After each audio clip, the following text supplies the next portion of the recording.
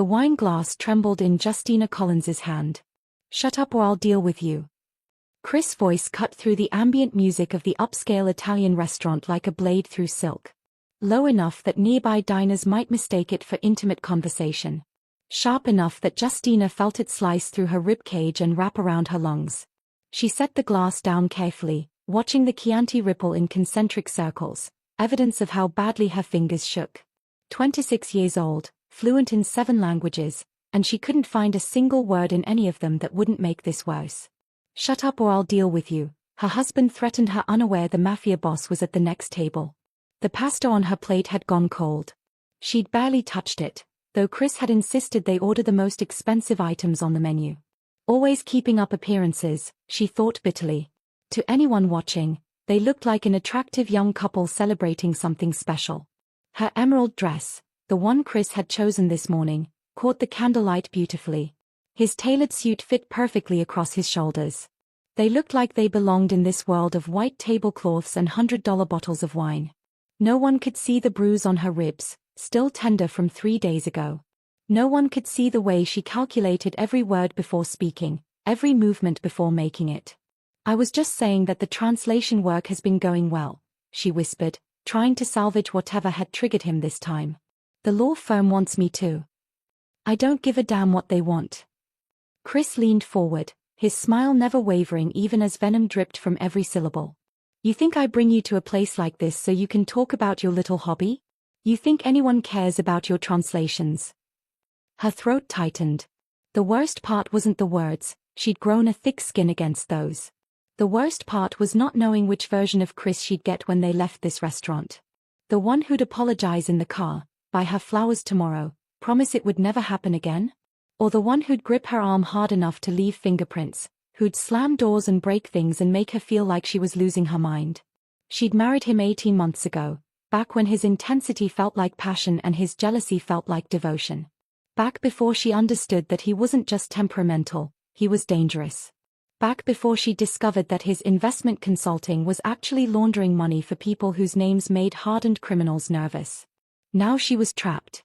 No family, her parents had died in a car crash during her final year of university. Few friends, Chris had systematically isolated her from anyone who might ask questions. And always, the fear of what he'd do if she tried to leave. "I'm sorry," she said automatically, the words she'd learned to say to defuse him. "You're right. I shouldn't have." "Damn right I'm right." Chris drained his whiskey, his third of the evening. His eyes had that glassy quality that meant he'd start getting sloppy soon. "Mean. You know what? I'm going to the restroom. When I get back, I want to see a smile on that pretty face. Think you can manage that without screwing it up?" He stood without waiting for an answer, straightening his jacket. As he walked away, Justina released a breath she hadn't realized she'd been holding. 60 seconds. Maybe 90 if she was lucky. That's how long she had to compose herself, to rebuild the mask, to prepare for whatever the rest of this evening would bring. She reached for her water glass with a shaking hand. That's when she felt it, the weight of someone's gaze. Not the casual glance of a bored diner. Something more focused. More deliberate. Slowly, carefully, she let her eyes drift to the right. The man at the next table sat alone, a plate of untouched osso buco before him. He was perhaps in his early 40s, with silver threading through dark hair slicked back from a face that could have been carved from marble. Expensive suit, not flashy, but the kind of tailoring that whispered old money and older power. His hands rested on either side of his plate, and she noticed his fingers, long, elegant, and absolutely still. He was looking directly at her. Not at her dress or her body, at her face. Into her eyes with an intensity that should have been uncomfortable but somehow wasn't. There was something in his expression that made her breath catch. Not pity, exactly. Not even sympathy. Recognition. Like he'd seen something in that brief exchange with Chris that no one else in this crowded restaurant had noticed. Like he understood exactly what he'd witnessed. The man lifted his wine glass in the smallest of gestures, barely a movement at all, and the corner of his mouth curved in what might have been a smile or might have been a promise. Then he reached into his jacket pocket with unhurried precision, withdrew something, and before Justina could fully process what was happening, he'd stood and was walking toward her table. Her heart hammered against her ribs. He moved like water, like shadow, like something that had never known hesitation in its entire existence. When he reached her table, he didn't sit. Didn't speak. Simply placed a business card face down on the white tablecloth, his fingers brushing against hers for just a fraction of a second. His touch was warm. Solid. Real in a way nothing had felt real for months. "When you're ready," he said quietly, his voice carrying an accent she couldn't quite place, Italian, maybe, or somewhere Mediterranean. Not if. When. Then he was gone, moving back to his table as if nothing had happened. As if he hadn't just torn open something inside her chest that she'd been desperately trying to keep sealed. Justina's fingers trembled as they closed around the card, sliding it into her lap just as Chris's reflection appeared in the wine bottle across the table. He was coming back. She didn't look at the card. Didn't dare. Just slipped it into the small clutch purse beside her plate and forced her mouth into something resembling a smile. But as Chris sat down and launched into a story about his day, already forgetting his earlier cruelty, or simply not caring, Justina felt something unfamiliar burning beneath her breastbone. Hope was too strong a word. But possibility? Maybe. The drive home was quiet. That should have been a relief, but Justina had learned that Chris's silence was often more dangerous than his rage. At least when he was angry, she knew what to expect. The silence meant he was thinking, calculating, deciding what punishment fit whatever imagined crime she'd committed tonight. She kept her hands folded in her lap, the small clutch purse pressed against her thigh like a talisman. Inside it, the stranger's business card waited. She hadn't looked at it yet. Couldn't risk it. But knowing it was there felt like carrying a live coal, dangerous and warm and impossible to ignore.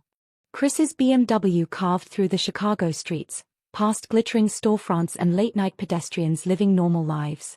Lives where dinner at a nice restaurant didn't feel like navigating a minefield. Lives where going home didn't require bracing for impact. "You were quiet tonight," Chris said finally, his voice neutral.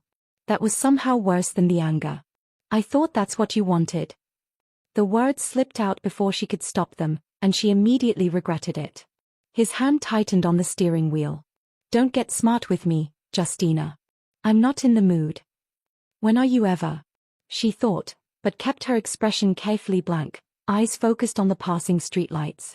She'd become an expert at disappearing while still being present, at making herself small enough to avoid becoming a target. It hadn't always been this way.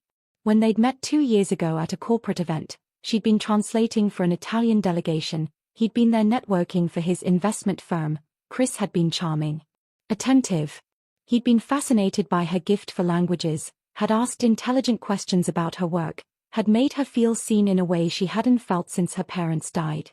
Her parents. God, what would they think if they could see her now? Elena and Robert Collins had been linguists themselves, university professors who'd filled their home with books in a dozen languages and taught their daughter that words were bridges between worlds. They'd raised her to be strong, independent, curious. They'd died 3 weeks before her graduation, a drunk driver turning their evening commute into her worst nightmare. Chris had appeared 6 months later, right when the grief was still raw and suffocating. He'd offered stability when she felt untethered. Purpose when she felt lost.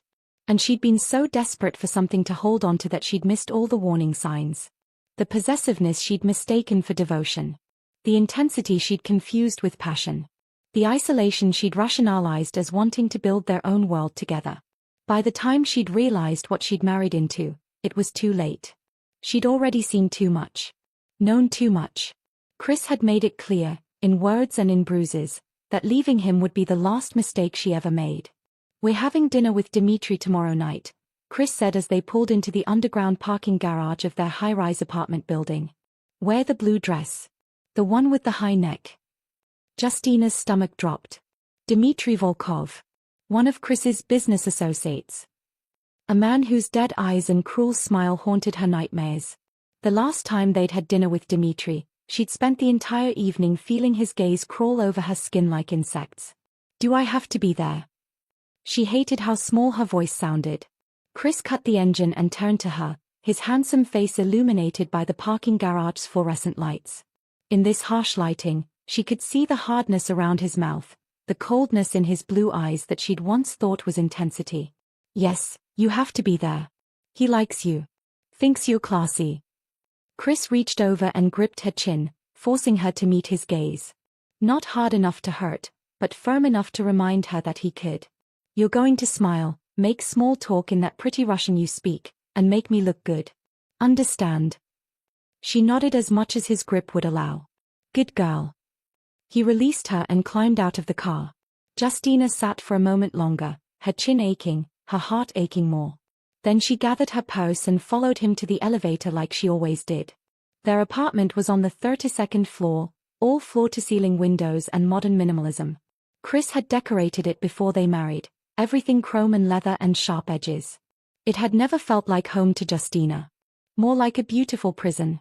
I'm going to my office, Chris announced once they were inside, already pulling out his phone. Don't wait up.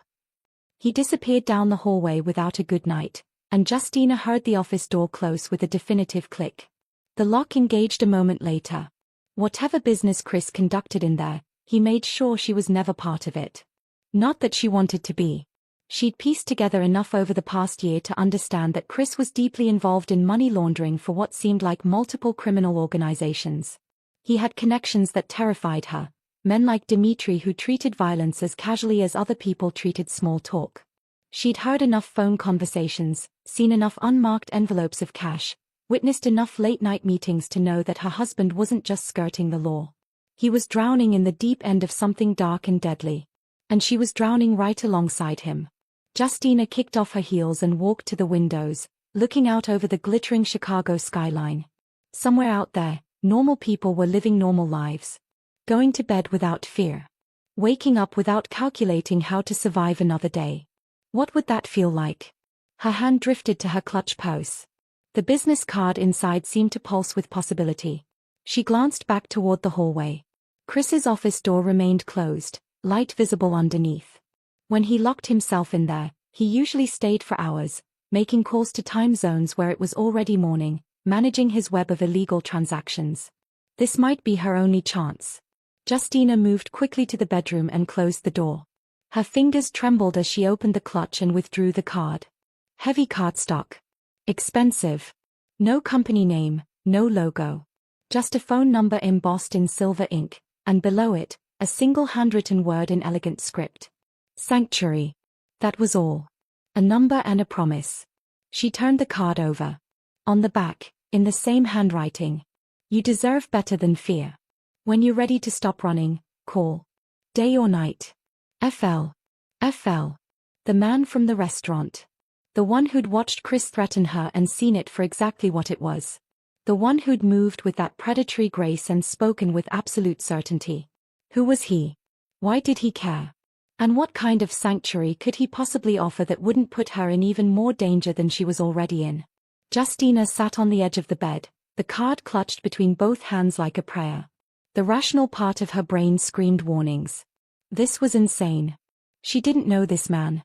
He could be dangerous, probably was dangerous, given how he'd carried himself.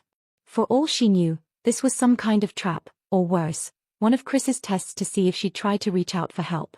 But there was another part of her, a part that had been getting quieter and smaller with each passing month, that whispered something different. What if he's real? What if this is your chance? What if you die in this apartment without ever trying to escape? Because that was the truth she'd been avoiding for months now. Chris's violence was escalating. The threats were becoming more explicit. The control more suffocating. It was only a matter of time before he went too far, before one of his rages ended with her in a hospital. Or a morgue. Her phone buzzed, making her jump. A text from her only remaining friend, Sophie Park, a fellow translator she'd met at a conference years ago. Sophie, hey stranger. Still on for coffee Thursday? Feel like I haven't seen you in forever. Justina's throat tightened. She'd been canceling on Sophie for months, making excuses, avoiding the concerned questions in her friend's eyes. Sophie was perceptive, too perceptive. One good look at Justina and she'd know something was terribly wrong. And if Sophie knew, she'd try to help. And if she tried to help, Chris would find out. And if Chris found out. Justina didn't let herself finish that thought. Justina, so sorry, something came up. Rain check? I promise we'll catch up soon. The lie tasted bitter even through text message. Sophie, you always say that. I'm worried about you, Jus. Is everything okay? Is Chris treating you well? Justina stared at the message for a long moment. Her fingers hovered over the keyboard. It would be so easy to type the truth. To say no, everything is not okay. I'm terrified. I'm trapped. I don't know how to get out. But she couldn't. Wouldn't. The risk was too great. Justina, everything's fine. He's wonderful. Just been busy with work. Love you. She added a heart emoji to really sell the lie, then set the phone down before Sophie could respond. The business card still rested in her palm. Sanctuary. What would it cost her to make that call? What would it cost her not to? Justina stood and moved to her closet, to the back corner where she kept her old college memory box. Inside were photos of her parents, her diploma, letters, and mementos from a life that felt like it belonged to someone else entirely. She slipped the business card between the pages of her favorite book, a worn copy of The Count of Monte Cristo her father had given her when she was 16. A story about imprisonment and escape, about revenge and redemption. How fitting, she thought. She couldn't call. Not yet. Maybe not ever. But she couldn't throw the card away either. So she'd keep it. Hidden. A secret piece of possibility in a life that had run out of options. Behind the closed office door, Chris's voice rose in anger, shouting at someone in Russian. Justina heard something crash, a glass, maybe, or a picture frame. She changed into pajamas with mechanical precision, removed her makeup, brushed her teeth. The routines of normal life performed in the shell of a nightmare. When she finally climbed into bed, alone as usual, she lay awake staring at the ceiling and thinking about the man from the restaurant. FL. Who was he really? And why, after 18 months of suffocating in this marriage, did a stranger's two-word promise feel like the first real breath she'd taken in years? In the darkness, Justina whispered the word to herself like an incantation. Sanctuary. And for the first time in longer than she could remember, she let herself imagine what freedom might taste like. The blue dress felt like a noose. Justina adjusted the high neckline for the third time, checking her reflection in the bedroom mirror. The bruise on her collarbone from 2 nights ago, when Chris had shoved her against the kitchen counter during an argument about the thermostat settings, was completely hidden. That was the point, of course. Always hide the evidence. Always maintain the illusion. Are you ready? Chris appeared in the doorway, already dressed in his charcoal suit. He looked handsome, successful, like someone who belonged in the upscale steakhouse where they were meeting Dimitri. We're leaving in 5 minutes. Almost done. Justina applied lipstick with a steady hand that belied the nausea churning in her stomach. The past 36 hours had been relatively peaceful. Chris had been busy with work, distracted by whatever deal he was putting together with Dimitri. But Justina knew better than to trust the quiet. The storm was always coming. It was just a question of when. As they drove to the restaurant, Chris briefed her with unusual detail. Dimitri's bringing his nephew, Alexei. The kid's being groomed to take over part of the operation. Smart, ambitious, but green. Dimitri wants him to see how legitimate business is conducted. Chris's laugh was sharp and humorless. As if anything we do is legitimate. What do you need from me? Justina kept her voice neutral. Just be charming. Translate if we need it, though Dimitri's English is solid. Mostly, just sit there and look like the perfect wife. He reached over and squeezed her knee, not affectionately, but possessively.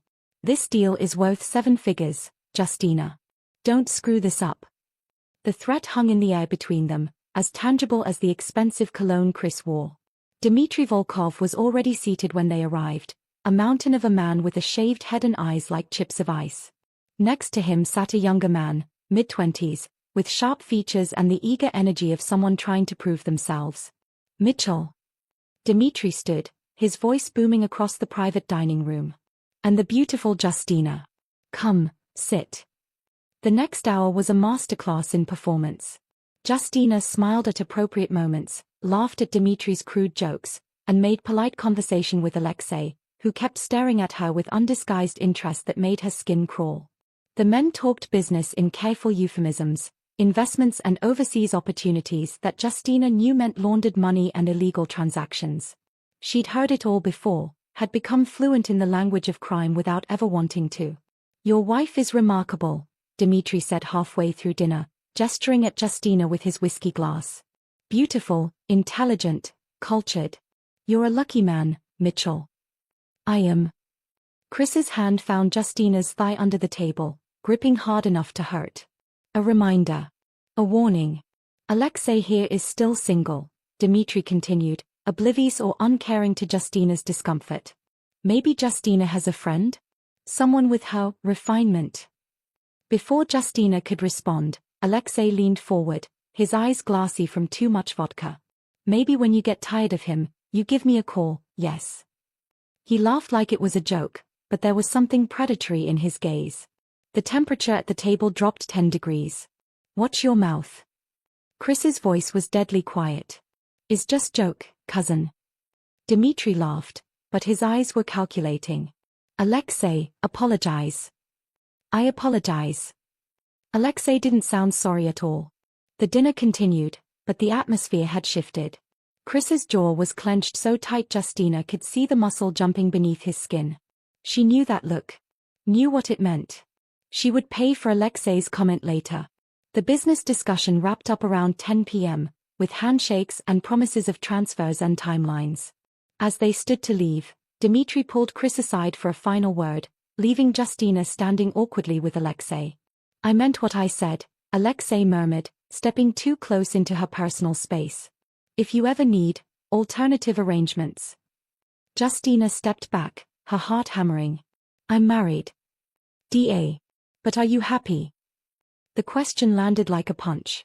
Before she could answer, Chris was there, his hand clamping onto her elbow hard enough to make her gasp. We're leaving. Now. The explosion happened before they even made it to the car. What the hell was that? Chris shoved her against the passenger door the moment they were in the parking garage. Flirting with that punk? Making me look like a fool. I wasn't. Don't lie to me. His hand cracked across her cheek, the sound echoing off concrete walls.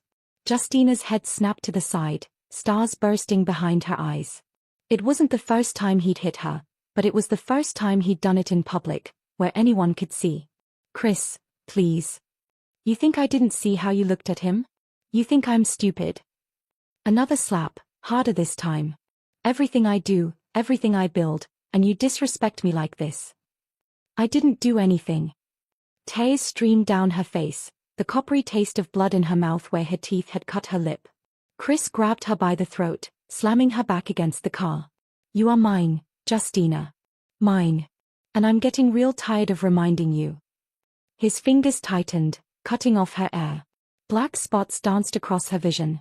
This was different from his usual violence. This was rage without control, without calculation. This was how she was going to die. Just as consciousness started to slip, Chris released her. Justina collapsed against the car, gasping, choking, her hands flying to her throat. Get in the car. Chris's voice was eerily calm now. The storm passed as quickly as it had arrived. We're going home. The drive back was silent except for Justina's ragged breathing. Her throat ached. Her cheek throbbed.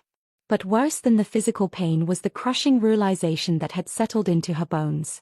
He was going to kill her. Maybe not tonight. Maybe not tomorrow. But eventually, one of these rages would go too far, and she would become a statistic. Another woman who stayed too long, trusted too much, believed the apologies one too many times. When they reached the apartment, Chris headed straight for his office without a word, locking himself inside like nothing had happened. Like he hadn't just choked his wife in a parking garage. Like this was just another Tuesday night. Justina stood in the hallway, trembling, one hand still pressed to her bruised throat.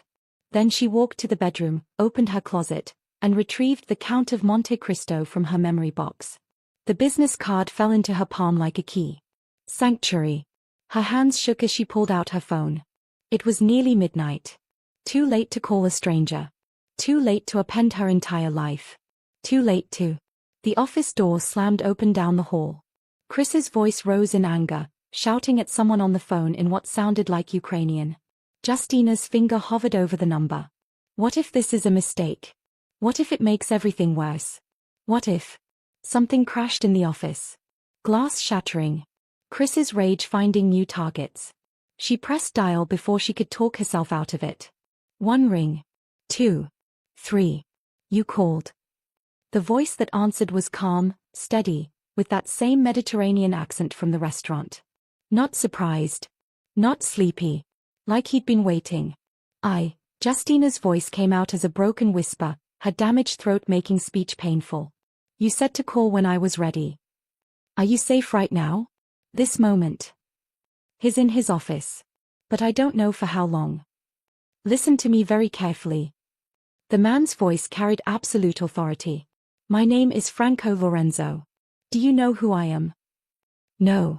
A pause. That's probably for the best. What I am is someone who can help you disappear. Completely. Tonight, if necessary. But you need to understand, once you start down this path, there's no going back. Your life as you know it ends. Justina's breath caught. Who are you? Someone who's seen too many women die at the hands of men like your husband. Franco's voice softened slightly. Someone who happened to be in the right place at the right time to offer you a choice. The question is, are you ready to take it? Down the hall, Chris's office door opened. I'm scared, Justina whispered. Good. Fear means you're still alive. Fear means you still want to survive. A pause. I'm going to give you an address. It's a 24-hour pharmacy on Clark Street. There's a blue sedan parked in the back lot, license plate FXL 2847. The doors are unlocked. Get in the back seat, lie down, and don't make a sound. Can you do that? Whenever you can get out safely. Tonight. Tomorrow. Next week. The car will be there. Franco's voice held an edge of steel wrapped in velvet. But Justina, and I know your name because I make it my business to know, the longer you wait, the more danger you're in. Men like Mitchell escalate. You know this. She did know. God help her, she did. Why are you doing this? The question escaped before she could stop it. You don't know me. For a long moment, Franco was silent. When he spoke again, there was something raw in his voice, something that sounded almost like pain. Let's just say I have my reasons. Reasons that have nothing to do with you and everything to do with who I am. Who I've been. The things I've done. He cleared his throat. The car will be there. The choice is yours. And if I get in the car? Then what? Then everything changes. Chris's footsteps were coming down the hall. I have to go, Justina breathed. The pharmacy on Clark Street. Blue sedan. FXL 2847. Remember those numbers, Justina. They might save your life. She ended the call just as Chris appeared in the bedroom doorway. She'd already hidden the phone, was standing by the window in what she hoped looked like casual contemplation. Who were you talking to? His eyes were bloodshot, paranoid. No one. Just, thinking out loud. He studied her for a long moment, and Justina's heart hammered so hard she was sure he could hear it. Then his expression shifted into something that might have been remorse on a different man. Come here. She didn't move. Justina. Come here. Please. Slowly, she crossed to him. Chris pulled her into an embrace that felt more like restraint. I'm sorry, he murmured into her hair. You know I love you, right? You make me so crazy sometimes. But I love you. I'd never really hurt you. The lie was almost impressive in its audacity. I know, Justina whispered, because that's what he needed to hear. Good. He kissed the top of her head, then released her. I have a few more calls to make. Don't wait up. And just like that, he was gone again, back to his office, back to his deals and his lies and his violence waiting to happen. Justina stood in the middle of the bedroom, her mind racing. A blue sedan. Clark Street. FXL 2847. Franco Lorenzo, a name that meant nothing to her, attached to a voice that had offered the impossible. Escape. But at what cost? And who was Franco really? What kind of man had the resources to offer sanctuary to a stranger? What kind of man carried business cards promising salvation? The kind of man who was probably just as dangerous as Chris, whispered the practical part of her brain. But the desperate part, the part that still had her hand pressed to her bruised throat, whispered back. Maybe dangerous is exactly what you need right now.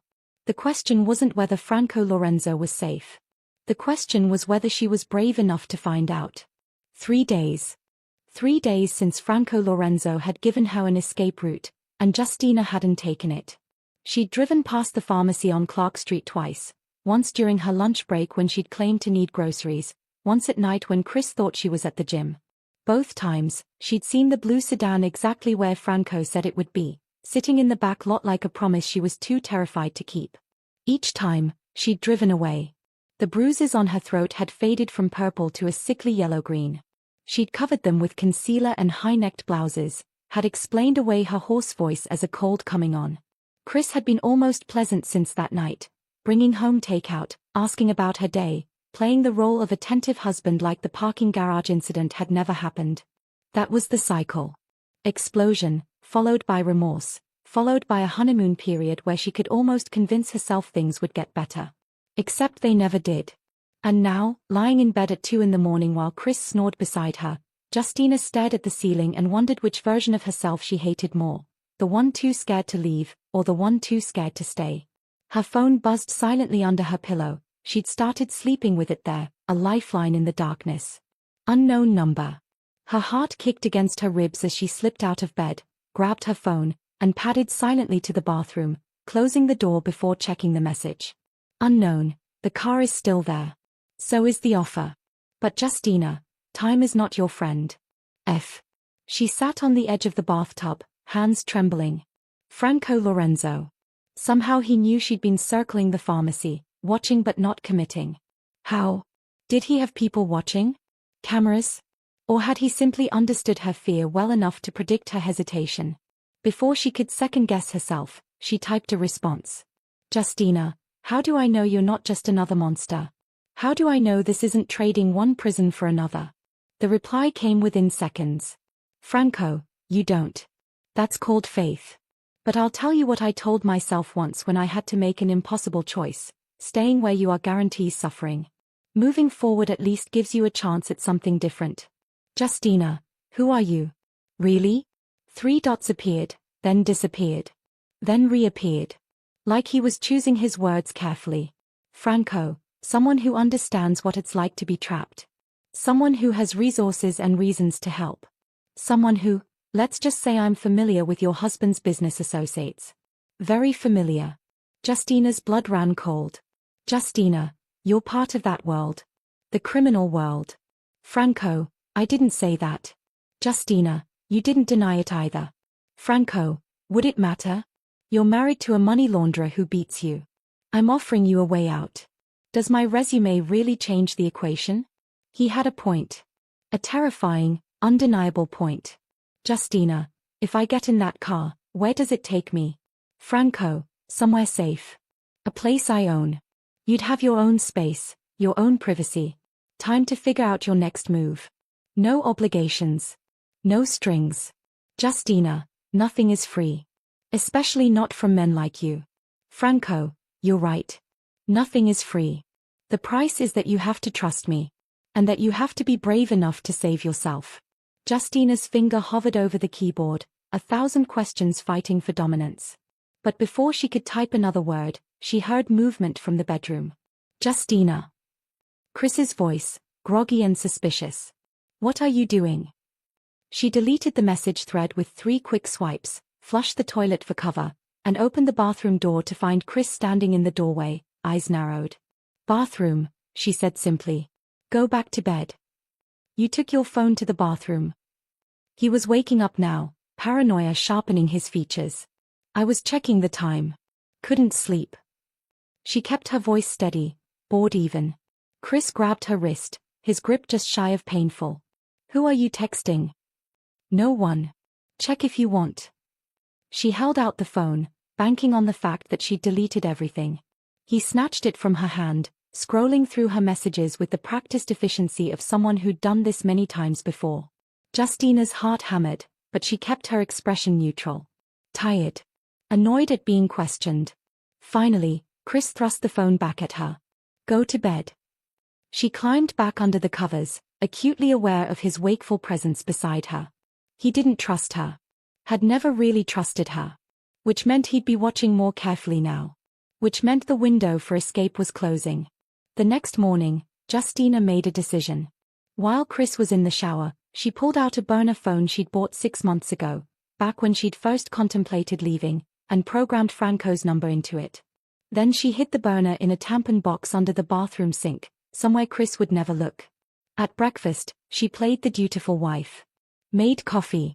Asked about his day. Smiled when he kissed her cheek before leaving for the office. The moment his car pulled out of the garage, she grabbed her laptop. Franco Lorenzo. The search results were troubling.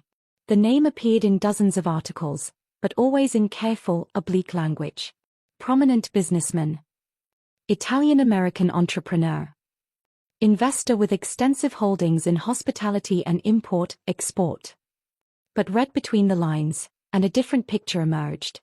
A Chicago Tribune piece from 5 years ago mentioned him in connection with an investigation into organized crime, though no charges were ever filed. A Forbes article listed him as one of Chicago's most mysterious wealthy bachelors, noting that very little was known about his past or the sources of his considerable fortune. And then there was a photo from a charity gala 3 years ago. Franco Lorenzo in a tuxedo, shaking hands with a city councilman. Even in the formal pose, there was something about him, the set of his shoulders, the way people in the background seemed to orbit around him like satellites around a star. This was a man who commanded rooms without effort. A man who wielded power as naturally as breathing. A man who was almost certainly involved in organized crime at the highest levels. So why does he care about you? Whispered a voice in her head. Men like that don't rescue strangers out of the goodness of their hearts. But another voice, quieter but more insistent, whispered back, maybe. But he's offering you a chance. What has staying loyal to your marriage vows gotten you except bruises and terror? Justina closed the laptop and pressed her palms against her eyes. Her phone rang, her real phone. Sophie. Hey. Her friend's voice was bright, concerned. I'm in your neighborhood. Got time for that coffee we keep rescheduling? Panic flared.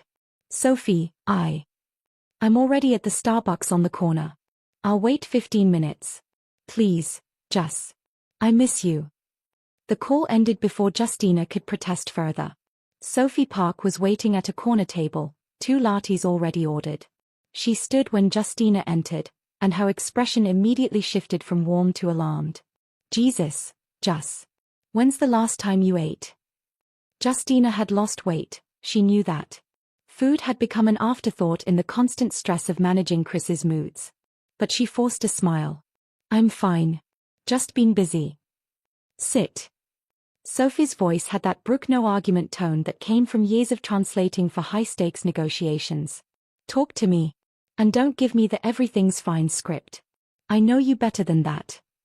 For a moment, Justina considered telling her everything. Sophie was smart, resourceful, had connections. Maybe she could help.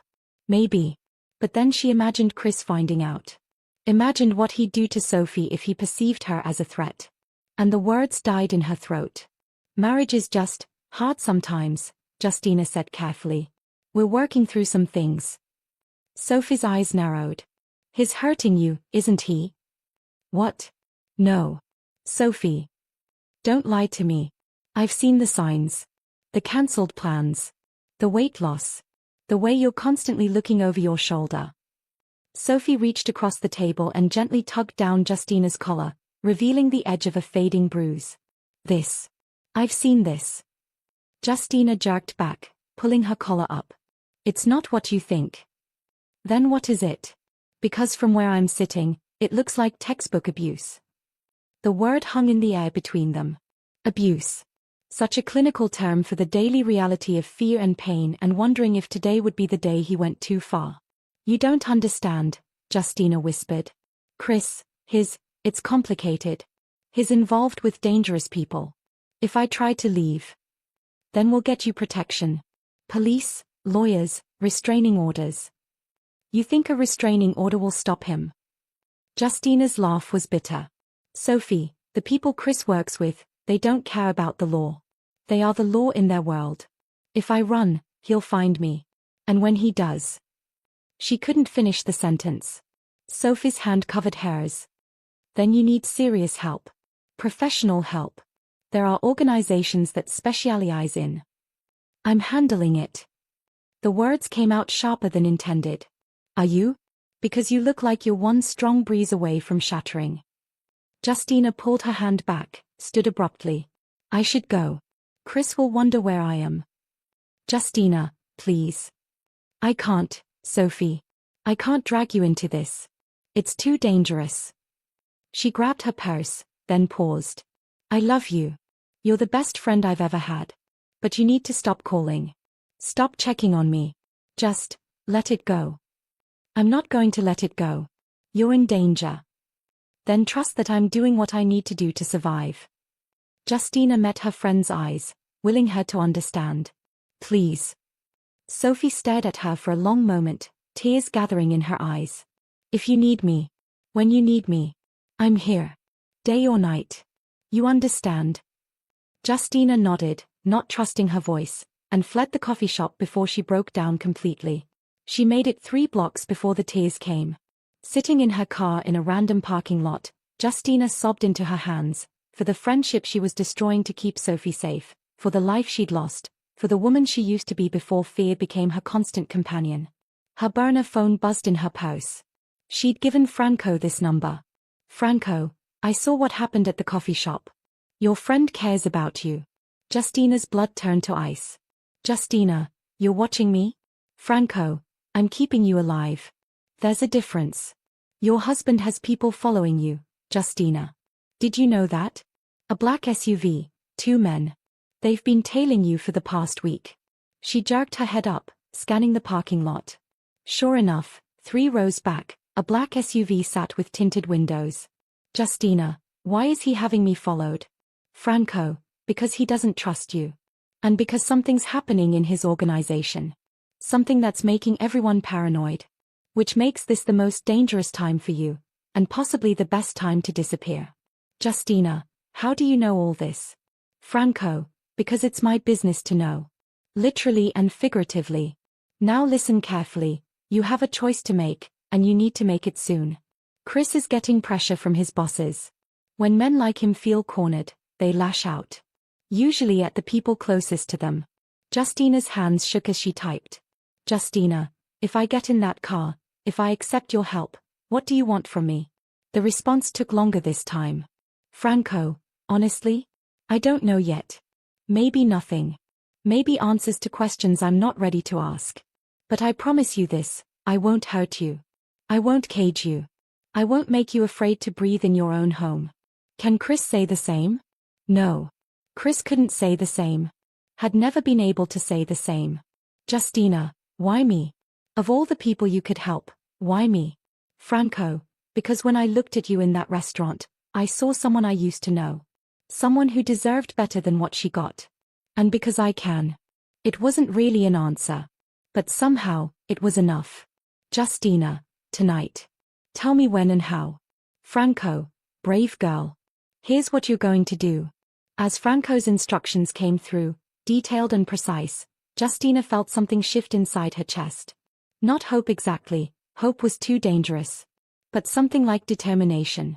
Like the first glimpse of shore when you've been drowning for so long you'd forgotten land existed. She was going to do this. She was going to escape. And whatever waited for her on the other side, whether it was true sanctuary or just another kind of trap, at least it would be her choice. For the first time in 18 months, Justina Collins was choosing her own fate. Even if that fate was wrapped in expensive suits and dangerous promises, delivered by a man whose eyes had seen things that would give most people nightmares. In the rearview mirror, the black SUV continued to watch. But by tomorrow, she'd be beyond their reach. At least, that's what she told herself as she started the car and drove home to prepare for the most dangerous night of her life. The plan was simple. Almost too simple. At 9 p.m., Chris would leave for his weekly poker game, a gathering of his criminal associates that always ran past midnight. Justina would wait 30 minutes to ensure he wasn't coming back for something he'd forgotten, then she'd walk out the front door with nothing but her purse and the clothes on her back. No suitcase. No mementos. Nothing that would signal departure. She'd take a rideshare to a department store 3 miles away, lose Chris's tail in the crowd, exit through the loading dock, and walk 2 blocks to the pharmacy on Clark Street. Blue sedan. FXL 2847. Her ticket to freedom. Franco had made it clear, bring nothing that could be traced. No credit cards, no jewelry Chris had given her, no phone except the burner. She was going to become a ghost. Now, at 8:47 p.m., Justina sat on the couch pretending to watch television while Chris gathered his things. Her heart hammered so hard she was certain he could hear it. "You'll be okay tonight?" Chris asked, checking his reflection in the hallway mirror. He'd been unusually attentive all day, which had set off every alarm bell in her system. "Of course. I'm just going to read and go to bed early."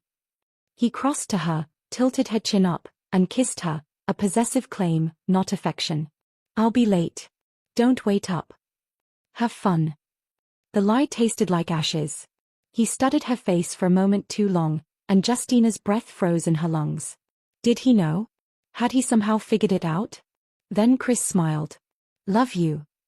"Love you too," she whispered, and hated herself for how easily the words still came. The door closed behind him. The lock engaged. His footsteps faded down the hallway. Justina counted to 60, then crept to the window and watched his BMW pull out of the parking garage and disappear into Chicago traffic. 8:52 p.m. She had maybe 6 hours before he came home. Maybe less if the game broke up early. Her hands shook as she grabbed the burner phone and the small amount of cash she'd been secretly hoarding, $800 hidden in tampon boxes and inside book spines. Everything else she'd leave behind. The wedding ring felt heavy on her finger. She stared at it for a long moment, this symbol of promises that had become prison bars.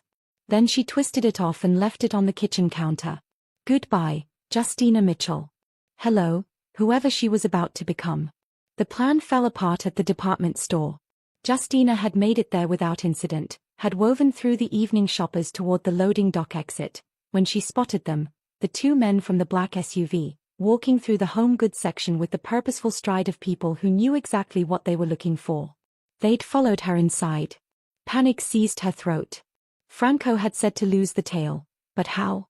They were between her and the exit now, scanning the crowd with professional efficiency. Her burner phone buzzed. Franco, second floor. Women's restroom. Now. She didn't question how he knew. Just turned and headed for the escalator, pulse racing, expecting a hand on her shoulder at any moment. The second floor restroom was empty. Justina locked herself in a stall and tried to remember how to breathe. Franco, stay there. 5 minutes. 5 minutes felt like 5 hours. Then the bathroom door opened. Footsteps. A woman's voice. Maintenance. Everyone needs to exit, please. Justina's heart sank, until she recognized something in the voice. An accent buried under American English. Italian, maybe. She opened the stall door to find a woman in her 50s, compact and elegant, with sharp eyes that assessed Justina in one sweep. Justina Collins, the woman asked quietly. Yes. Come with me. Quickly. The woman led her through a staff-only door, down a concrete stairwell that smelled of cleaning chemicals and cardboard, and out into an underground parking area Justina hadn't known existed. A black town car idled near the exit, windows tinted. Get in, the woman instructed.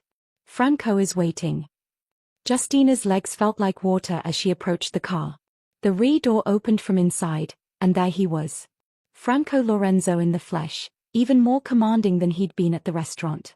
In the close confines of the car, she could see details she'd missed before, the small scar above his left eyebrow, the expensive watch that probably cost more than her first car, the way he held himself with the absolute stillness of someone who'd long ago mastered the art of control.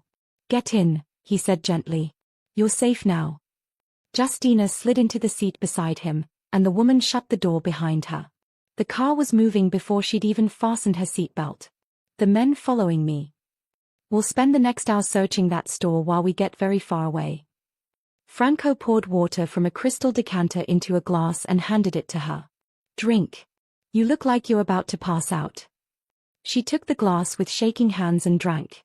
The water was cold, clean, real. Like this was actually happening. Like she'd actually done it. I left everything, she heard herself say. My photos, my parents' things, my books. Things can be replaced. You can't. Franco's dark eyes held hers. You were very brave tonight. I don't feel brave. I feel terrified. Good. Terror means you understand the stakes. Overconfidence gets people killed. He pulled out his phone and typed something, then set it aside.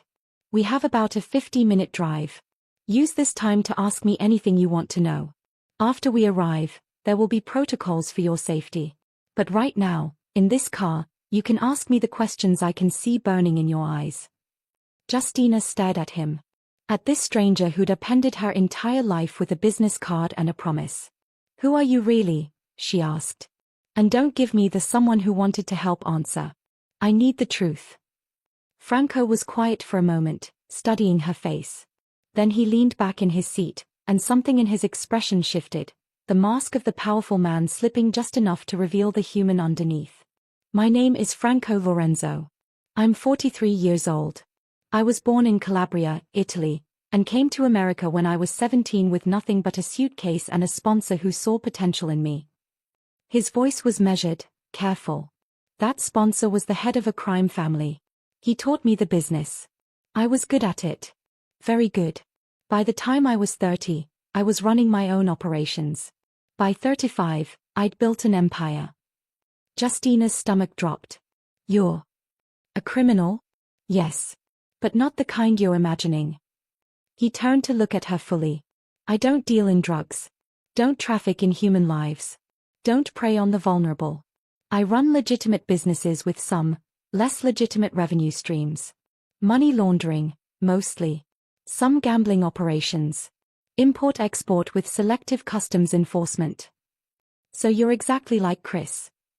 No. The word came out sharp. I'm nothing like your husband. The men I work with, we have rules. Codes. We don't raise our hands to women. We don't terrorize people in their own homes. And we sure as hell don't choke our wives in parking garages. Justina flinched at the memory. Franco's expression softened. I'm sorry.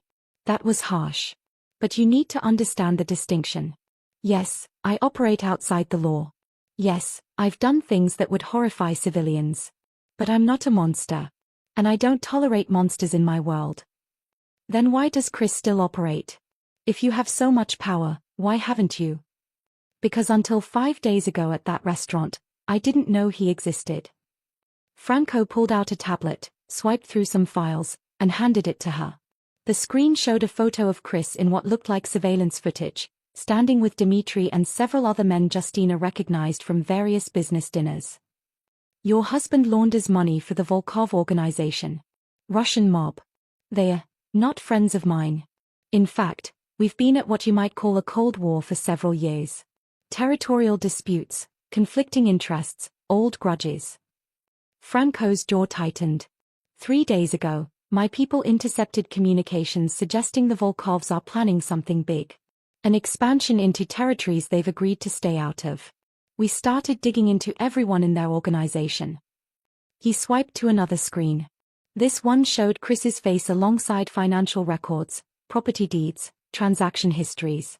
Your husband isn't just a money launderer, Justina. He's the architect of their entire financial infrastructure. He's built shell companies in 17 countries, moved approximately $200 million in the past 18 months alone, and designed a system sophisticated enough that even our forensic accountants are impressed. The numbers swam before Justina's eyes. 200 million? He's also, Franco continued quietly, being investigated by multiple federal agencies. The FBI has a file on him 4 inches thick. They are building a RICO case against the entire Volkov organization. When they move, and they will move, probably within the next month, everyone connected to that operation is going to prison for a very long time.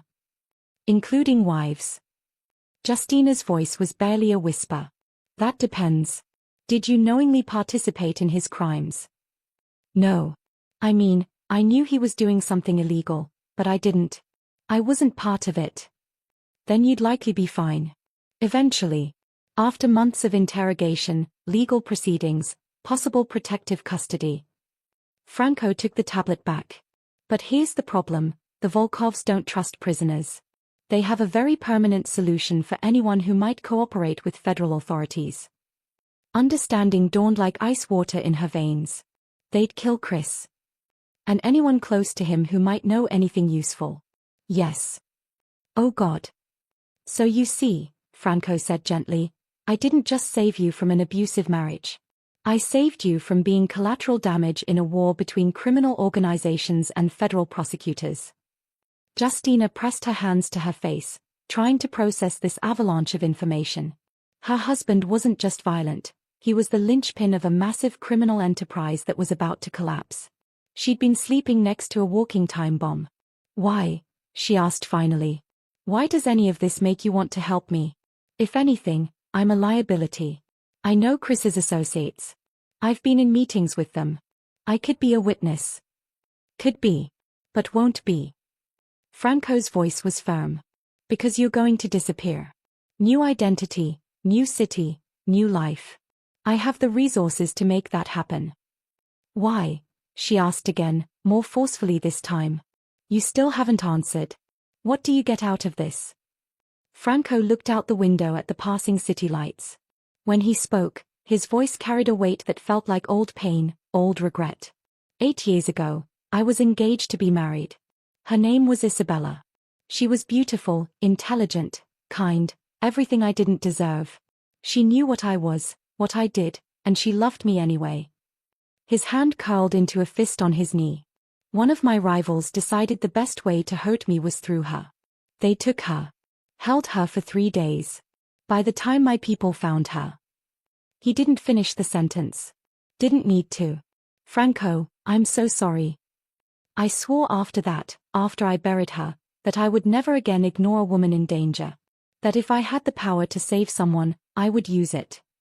He turned back to Justina, and his eyes were fierce with something that looked like both pain and determination. When I saw you in that restaurant, saw the fear in your eyes and the cruelty in your husband's voice, I saw Isabella. Saw every warning sign I'd been too arrogant to recognize until it was too late. He reached out slowly, giving her time to pull away, and gently touched the fading bruise on her throat. I can't save her, he said quietly. But I can save you. If you'll let me. The moment stretched between them, heavy with shared grief and fragile hope. Justina realized she was crying, silent tears for the woman Franco had loved, for the life she'd just abandoned, for the terrifying and exhilarating uncertainty of what came next. Where are you taking me? She whispered. Somewhere safe. Somewhere beautiful. Somewhere you can breathe without fear. Franco's thumb brushed away one of her tears with unexpected tenderness. And then, when you're ready, we'll figure out who you want to become. The car pulled up to an iron gate that opened automatically, revealing a private driveway leading to an estate that looked like something from a magazine. All modern architecture and carefully lit landscaping.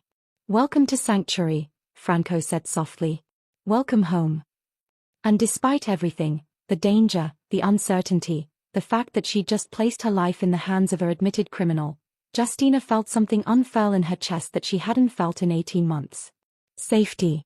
And beneath it, deeper and more dangerous, the first fragile threads of connection to the man beside her. The man who'd turned his grief into purpose, his power into protection. The man who might be just as dangerous as Chris, but in entirely different ways. Ways that made her heart race for reasons that had nothing to do with fear. The estate was beautiful, a prison made of silk instead of iron, but Justina felt its bars nonetheless.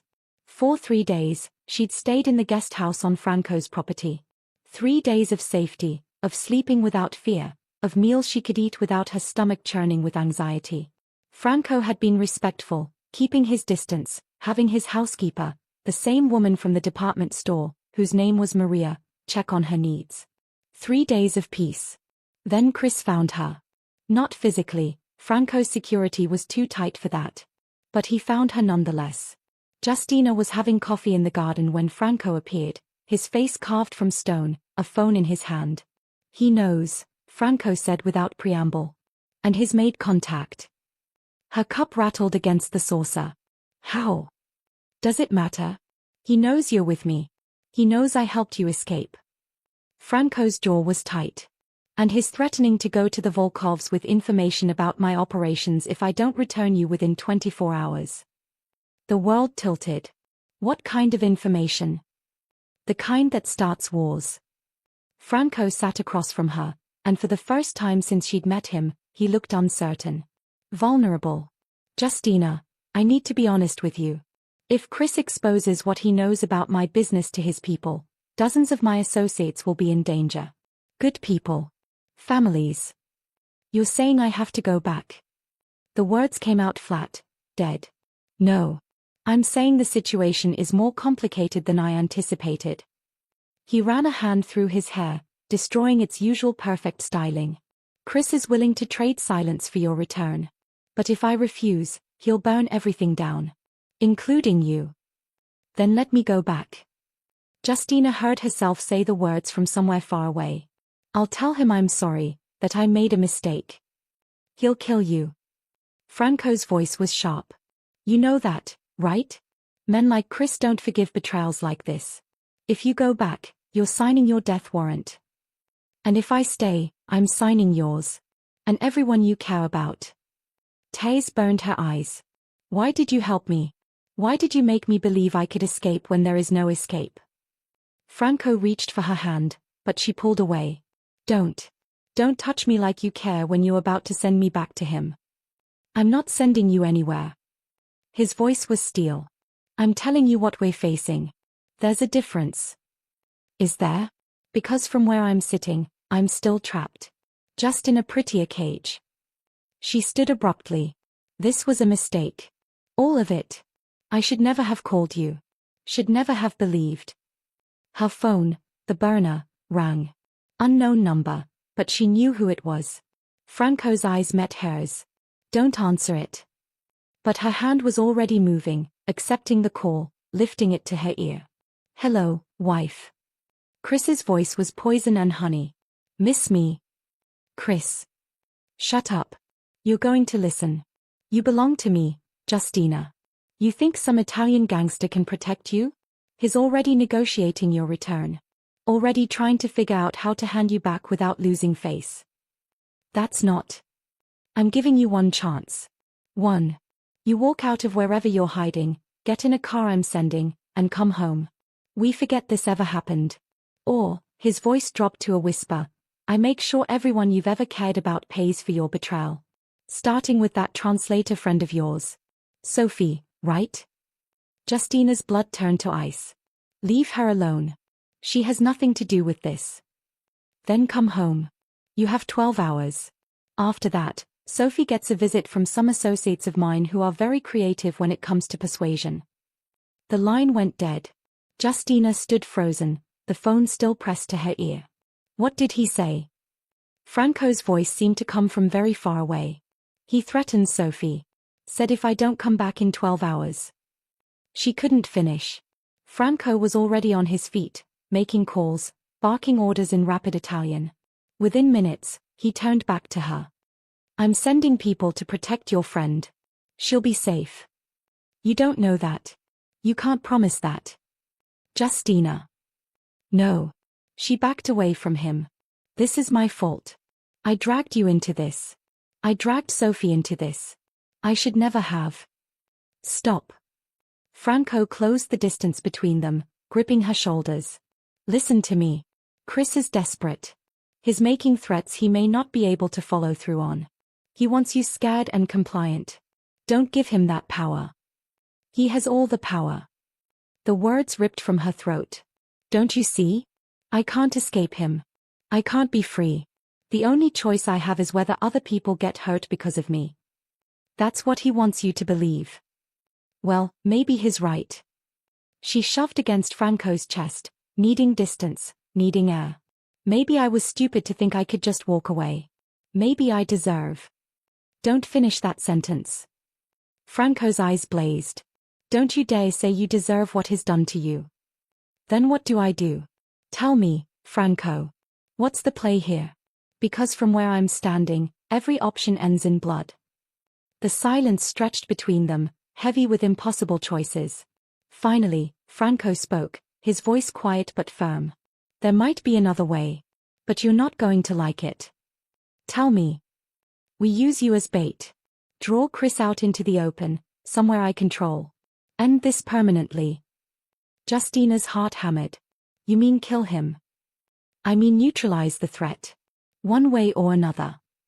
Franco's face was unreadable. But it would mean putting you in danger. Using you to lure him in. And I swore I'd keep you safe. There is no safe. Justina laughed, the sound bitter and broken. There's only choosing which danger to face.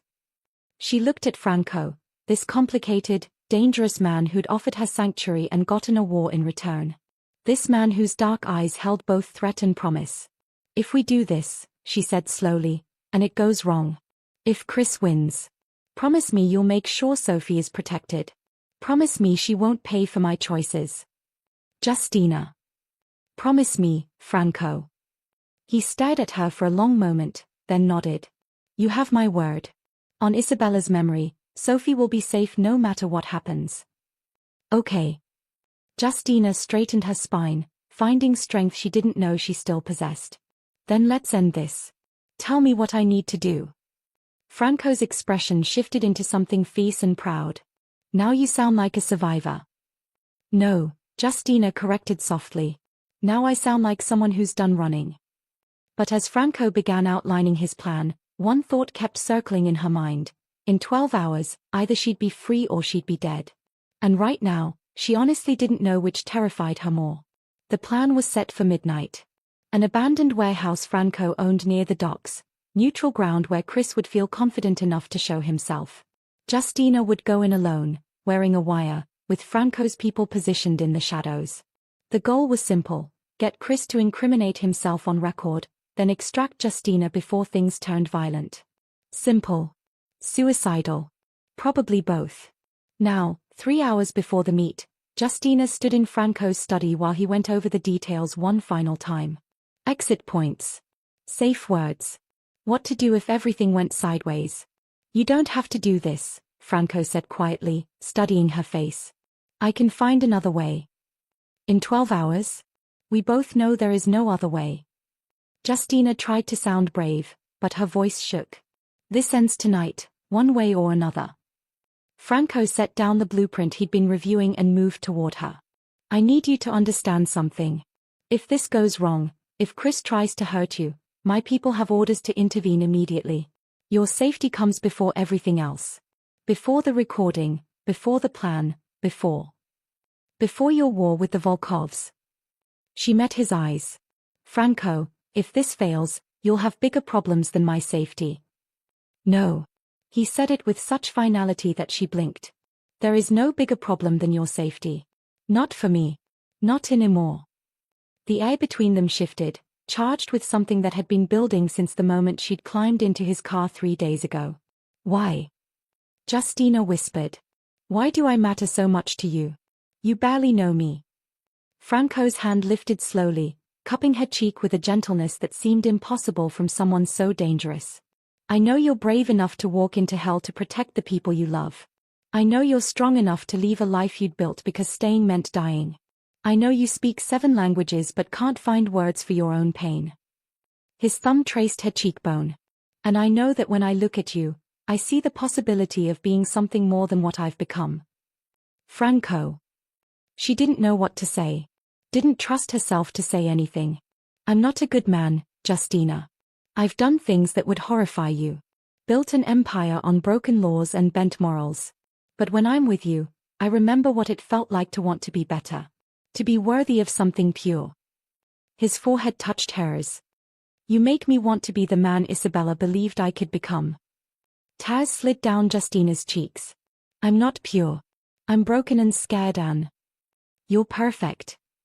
He said it like a vow. Scars and all. Fear and all. And after tonight, after we end this, I'm going to spend as long as you'll let me proving that you deserve everything you've been denied.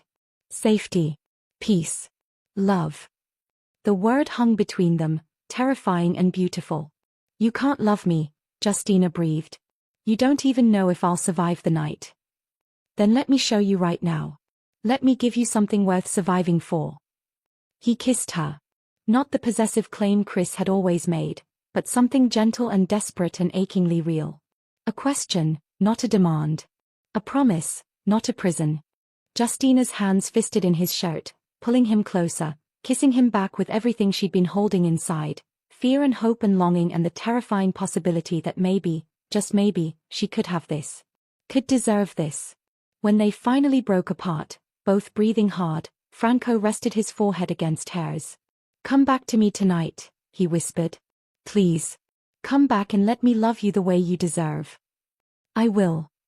She didn't know if it was a promise she could keep, but she made it anyway. "I will." A knock at the door broke the moment. Maria entered, her expression urgent. "Boss. We have a problem." Franco's entire demeanor shifted, the tender man disappearing behind the crime lord. "What kind of problem?" "Sophie Park. She's here. At the gate. Demanding to see Justina." Justina's stomach dropped. How did she find? "She's smart. And determined." Maria glanced at Franco. "She's also not alone. There's a man with her. Says he's a federal agent." The room went silent. "FBI." Franco's voice was deadly calm. He showed credentials. "Agent Thomas Beckett. Says he needs to speak with Justina immediately. Says her life is in danger." Franco and Justina exchanged a look. "Let them in," Justina said suddenly. "If the FBI is involved, they might know something we don't. Something that could help. Or they could arrest everyone in this house," Franco countered. "Then that's a risk we take. Because if they're here, it means Chris's situation is worse than we thought. Which means tonight could be even more dangerous." She straightened her spine. "Let them in." Franco studied her for a long moment, then nodded to Maria. "Bring them to the sitting room. Search them first. And have security ready." As Maria left, Franco turned back to Justina. "You realize this changes everything." "I know. But maybe it changes it in our favor." She took his hand, drew strength from his solid presence. "We adapt. We survive. Together." Something fierce and proud flashed in Franco's eyes. "Together," he echoed. 10 minutes later, they faced Sophie Park and a sharp-eyed man in his 40s who introduced himself as FBI Special Agent Thomas Beckett. "You have 5 minutes to explain why you're here before I have you escorted off my property," Franco said coldly. Beckett pulled out a tablet. "Because in 6 hours, the FBI is raiding 17 locations connected to the Volkov organization, including the warehouse where you're planning to meet Chris Mitchell." He turned the screen to show surveillance photos of the warehouse, of Franco's men positioning themselves, of everything. "We've been watching Mitchell for 18 months. We know about tonight's meet. And we know the Volkovs have decided your husband is a liability, Mrs. Mitchell." Beckett's gaze shifted to Justina. "They're planning to kill him tonight. And probably you too, to tie up loose ends." Justina's world tilted. "Chris doesn't know." "Chris knows he's in trouble. But he doesn't know his own people have already decided he's expendable."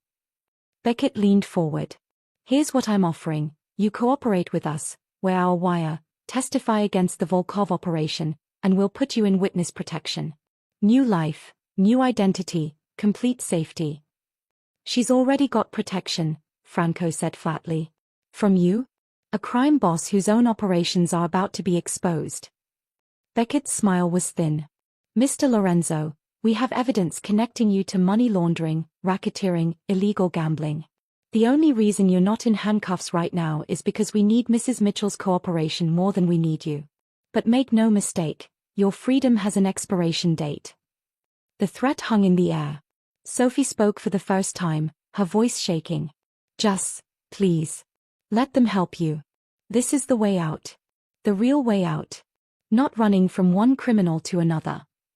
Justina looked at her best friend, then at the federal agent offering salvation through testimony, then at Franco, whose hand still held hers, whose kiss still burned on her lips. "If I cooperate," she said slowly, "and testify against the Volkovs, what happens to Franco?" "That's not your concern," Beckett said. "It is now." Justina's voice was steel. "What happens to him?" Beckett sighed. "Honestly, depends what we find. But if I had to guess, he'd be looking at serious charges. Unless he cooperates too." Franco laughed, the sound dark. "I'm not turning informant." "Then you're going to prison." "Maybe. But I'll keep my honor." "Is honor worth dying for?" Beckett challenged. "It's worth living for." Franco's eyes met Justina's. "And it's worth protecting the people you love, no matter the cost." In that moment, Justina understood. The FBI was offering her safety, yes. But it was safety that required Franco's destruction. It was freedom purchased with his imprisonment. Could she do that? Could she save herself by sacrificing the man who'd risked everything to save her? I need time to think, she said. You have until midnight, Beckett replied. After that, we move with or without you. And if you're in that warehouse when Chris and his Volkov handlers arrive, you'll be caught in the crossfire of a federal raid. After they left, Sophie hugging Justina with tears in her eyes, begging her to choose wisely, Franco and Justina stood alone in the gathering darkness. You should take his offer, Franco said quietly. It's the smart play. And you should cooperate. It's the smart play for you too. I won't betray my people. And I won't betray you. Justina turned to face him fully. So we find option 3. The one nobody sees coming. Franco's smile was slow and dangerous. And what option is that? We give them Chris and the Volkovs on a silver platter. But we do it our way. With proof they can't ignore and terms they can't refuse. Her mind was racing now, pieces falling into place. Chris has files, doesn't he? Evidence of everything the Volkovs have done, kept as insurance. Probably. Most money launderers keep leverage. Then we get those files. We hand them to the FBI along with Chris. Give them a case so airtight they don't need my testimony. Or yours. She gripped his arms. We end this tonight. But we end it together. Both of us walking away free. Franco stared at her like he was seeing her for the first time. That's insane. Brilliant, but insane. Got a better idea. He pulled her close, kissed her hard and fierce. Let's burn it all down. And for the first time since this nightmare began, Justina smiled. Not a victim's smile. A warrior's. The warehouse smelled of rust and river water. Justina stood in the center of the empty space, a wire hidden beneath her jacket, not the FBI's wire, but Franco's. Around her, darkness pressed in from all sides, broken only by streetlight filtering through broken windows. 11:58 p.m. Her phone buzzed. Chris, I'm 2 minutes out. You better be alone. Justina, I'm here. Just me. A lie. Franco's people were positioned throughout the building, invisible, silent, deadly. And somewhere outside, FBI agents waited for their raid to begin at 12:30 a.m. They had 32 minutes to get Chris's files and get out. Headlights swept across the warehouse entrance. A car door slammed. Footsteps. Then Chris walked into the light, and Justina's breath caught. He looked terrible, disheveled, wild-eyed, a gun visible in his waistband. There's my wife, he said, voice dripping venom. Did you have fun playing house with your gangster boyfriend? Chris, please. Let's just talk. Talk. He laughed, the sound unhinged. You humiliated me. Ran to my competition like a whore. You think there's anything to talk about? He pulled the gun. Justina's heart stopped. Chris.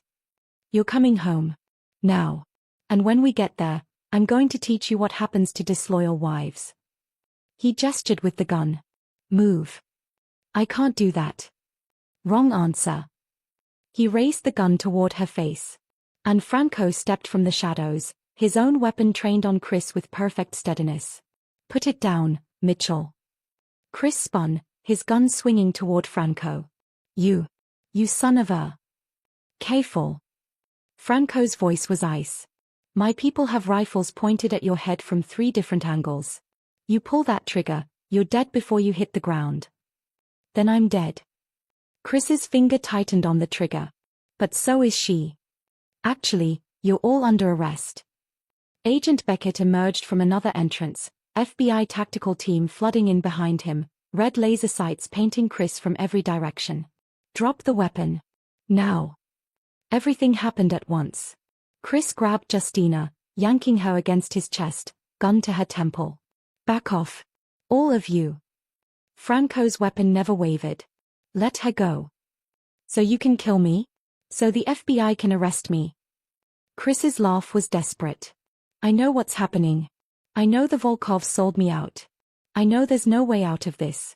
But if I'm going down, she's coming with me. The warehouse's back-in trance exploded inward. Dmitry Volkov strode in with 6 armed men, and the situation spiraled into chaos. Mitchell. Dimitri's voice boomed. You think you can steal from us? You think we wouldn't notice? Chris's grip on Justina tightened. I didn't steal anything. $2 million, moved to offshore accounts this morning. Did you think we were stupid? Dimitri's cold eyes swept the room, taking in the FBI agents, Franco's position, the standoff. It seems everyone wants piece of you tonight. FBI. Drop your weapons. Beckett shouted. Dimitri's men raised their guns. Franco's hidden shooters adjusted their aim. The FBI tactical team fanned out. And Justina stood at the center of it all, a gun pressed to her head, everyone's finger on a trigger. Listen to me. Justina's voice cut through the chaos. Chris, you want leverage? I know where you keep your insurance files. Everything you've documented on the Volkovs. Every transaction, every crime, every piece of evidence you've been hoarding. Chris's breath was hot against her ear. Shut up. The FBI wants those files. Franco wants them. The Volkovs definitely don't want them public. She met Franco's eyes across the space between them. Let me go, and I'll tell you where they are. You can trade them for your life. She's lying, Dmitry growled. I'm not. Cloud storage, encrypted server, password protected. Justina's voice was steady despite the gun barrel pressed against her skull. I've seen you access it, Chris. I know the password. And I know it's worth more than killing me. She felt Chris's hesitation. His mind working. Calculating odds. You'd give me that? After everything? I just want to walk out of here alive. You want the same. So let's make a deal. The silence stretched for 3 heartbeats. Then Chris lowered the gun from her head, not dropping it, but enough. Tell me the password. Justina whispered numbers and letters in his ear, genuine credentials she'd glimpsed months ago and filed away without realizing their importance. Chris's hand shook as he pulled out his phone with one hand, keeping his gun trained on the room with the other. He typed. Waited. His eyes widened. You actually. I told you. I just want to survive. Justina slowly stepped away from him. Now we all get what we want. The FBI gets their evidence. The Volkovs get exposed. Franco gets them out of his territory. And you get to trade information for witness protection. You clever little. Chris actually smiled, manic and amazed. Then Dmitry opened fire. The warehouse erupted. Franco tackled Justina to the ground as bullets tore through the air above them. FBI agents returned fire. Chris dove behind a concrete pillar. Dimitri's men scattered, seeking cover. Stay down. Franco's body shielded hers as the gunfight raged. Through the chaos, Justina saw Beckett moving toward Chris's position, saw Dmitry taking fire from Franco's hidden shooters, saw everything collapsing into exactly the bloodbath she'd feared. Then Chris did something unexpected. He tossed his phone to Agent Beckett. The files. Everything you need is there. I'll testify, just get me out of here. Beckett caught the phone, eyes widening as he saw the screen. Cease fire. Federal agents, cease fire. The FBI guns fell silent. But Dimitri's men kept shooting. Kill them all. Dmitry roared. No witnesses. Franco moved with lethal grace, his return fire precise and devastating. One of Dimitri's men went down. Then another. The tide was turning, until Dmitry grabbed an explosive device from his coat. Everyone dies. He raised the device. And Chris shot him. The sound echoed in the sudden silence. Dmitry stared down at the blood blooming across his chest, then collapsed. Chris stood trembling, gun still raised, and turned to Agent Beckett. I saved your life. That counts for something, right? Beckett stared at him, then at the phone full of incriminating evidence, then at Dimitri's body. Everyone on the ground. Now. What followed was controlled chaos. Dimitri's surviving men surrendering. FBI agents securing the scene. EMTs arriving for the wounded. And through it all, Franco held Justina's hand, keeping her close, keeping her safe. It's over, he whispered. You did it. We did it, she corrected. Agent Beckett approached them, his expression unreadable. Mrs. Mitchell, I'm going to need you to come with us for debriefing. And me? Franco asked coldly. Beckett glanced at the carnage around them, Dimitri's body, the evidence on Chris's phone, the tactical situation that had required Franco's intervention to prevent FBI casualties. You were never here, Beckett said finally. As far as my report goes, this was a sting operation on the Volkov organization that Chris Mitchell cooperated with. No mention of anyone named Lorenzo. He met Franco's eyes. We clear. Crystal. Good. Beckett turned to Justina. You just handed us the biggest organized crime bust in Chicago history. What you did tonight took serious guts. Justina looked at Chris being led away in handcuffs, already negotiating his testimony. Looked at Dimitri's body being covered by a sheet. Looked at Franco, whose dangerous eyes held only warmth when they met hers. I just wanted to be free, she said quietly. You are now, Beckett assured her. Chris is going into witness protection, far away from here. You'll never have to see him again. As the FBI began clearing the scene, Franco guided Justina outside into the cool night air. The Chicago skyline glittered in the distance, beautiful and indifferent to the violence in its shadows. Come home with me, Franco said softly. The real home. Not hiding. Not running. Just, home.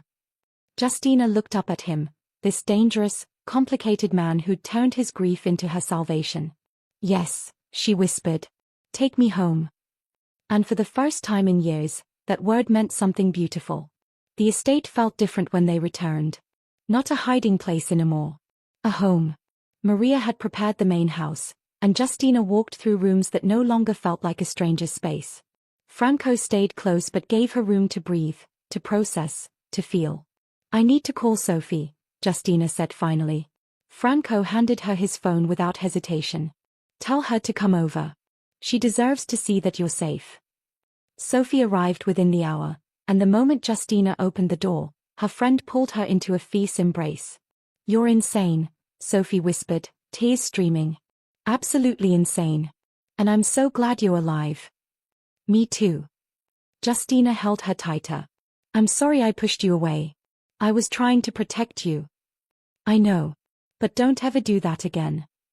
Sophie pulled back, studying her face. You look different. Lighter somehow. I feel different. Free. Justina glanced at Franco, who'd retreated to give them privacy. It's complicated, but you're safe. That's what matters. Sophie followed her gaze. And him? The crime boss who orchestrated a shootout to save you. Justina's cheeks flushed.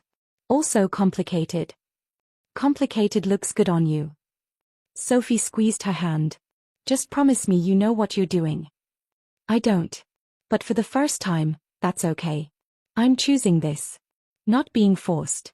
Not being controlled. Choosing. Sophie smiled through her tears. Then I'm happy for you. After Sophie left, with promises to meet for coffee soon, real coffee, without fear, Justina found Franco in his study, staring out at the Chicago lights. She likes you, Justina said from the doorway.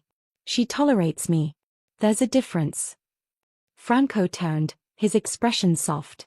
How are you? Really? Justina considered the question. How was she? Her husband was in FBI custody, would spend years in prison even with his cooperation. Her marriage was over. Her old life was ashes. She was standing in a crime lord's mansion with no clear plan for tomorrow. And yet, I'm good, she said, surprised to find it true. Scared. Uncertain. But good. Franco crossed to her, cupping her face with both hands. You can stay here as long as you want. No obligations. No expectations. Just safety and time to figure out who you want to become. And what about you? What do you want? His thumb traced her cheekbone. I want to wake up every morning knowing you're safe. I want to hear you speak all 7 languages just because you can. I want to earn the right to love you, Justina. Every day. In every way that matters. You already saved my life. Isn't that enough to earn? No. His voice was firm. Saving you was the easy part. The hard part is proving I'm worth staying for. That I'm more than my worst choices. That together, we can build something real. Justina's heart swelled. Franco Lorenzo, are you asking me to take a chance on you? I'm asking you to take a chance on us. On the possibility that two broken people might make something beautiful together. He pressed his forehead to hers. But only if you want to. Only if I'm what you choose. She thought about Chris, who demanded her obedience. About the life she'd left behind, built on fear and survival. About the woman she'd been, small, scared, silenced. And then she thought about who she could become. With time. With safety. With a dangerous man whose eyes held gentleness when he looked at her. I choose you, she whispered. I choose this. Whatever it becomes. Franco kissed her like she was oxygen and he'd been drowning. Like she was home and he'd been lost. Like she was the answer to questions he'd stopped asking after Isabella died. When they finally broke apart, both breathing hard, Justina laughed, a sound of pure joy that surprised them both. What? Franco asked, smiling. I'm free. I'm actually free. And I'm choosing to stay here, with you, in this beautiful strange new life. She shook her head in wonder. A week ago I couldn't imagine tomorrow. Now I can't wait to see what happens next. Whatever happens, we face it together. Franco pulled her close, wrapping her in safety and strength. You're not alone anymore, Justina. Never again. She believed him. Standing in his arms, in this house that had become sanctuary, Justina felt pieces of herself she'd thought lost forever beginning to resurface. Her strength. Her voice. Her hope. The road ahead wouldn't be simple. There would be legal proceedings, therapy to process the trauma, decisions about her career and identity. Franco's world carried its own dangers, its own complications. But for the first time since her parents died, Justina wasn't facing the future alone. She had Franco, whose darkness had learned to make space for light. She had Sophie, whose friendship had survived even Justina's attempts to protect her. And most importantly, she had herself. The real Justina. Not the victim. Not the wife. Not the frightened woman who'd shrunk herself to survive. Just Justina Collins. Translator. Survivor. Woman who'd walked through fire and came out forged into something stronger. Thank you, she whispered against Franco's chest. For what? For seeing me. In that restaurant. When I'd forgotten how to see myself. She looked up at him. For offering me sanctuary when I'd forgotten what safety felt like. You gave me something too, Franco said quietly. Purpose. Redemption. A reason to be better than I've been. His smile was soft. You reminded me that saving one person can mean everything. Outside, the city hummed with life. Somewhere out there, people were suffering like she'd suffered. Trapped like she'd been trapped. But tonight, Justina was free. And tomorrow, maybe she'd figure out how to help others find their own freedom. Use her languages to help immigrants. Support abuse survivors. Turn her pain into purpose like Franco had. But tonight was for healing. For choosing. For believing that happy endings weren't just fairy tales, but possibilities worth fighting for. Take me upstairs, she said softly. Show me this is real. Franco lifted her into his arms effortlessly, carrying her toward the future they'd build together. Imperfect and complicated and absolutely real. And as Justina rested her head against his shoulder, she whispered one last thing. I'm home. Finally, impossibly, beautifully home. We have come to the end of the story. Thank you for watching to the end. Share your opinion about this story in the comments below. I like getting feedback from my audience. Also, don't forget to like, subscribe and hit the notification bell so you won't miss any of our heartwarming stories.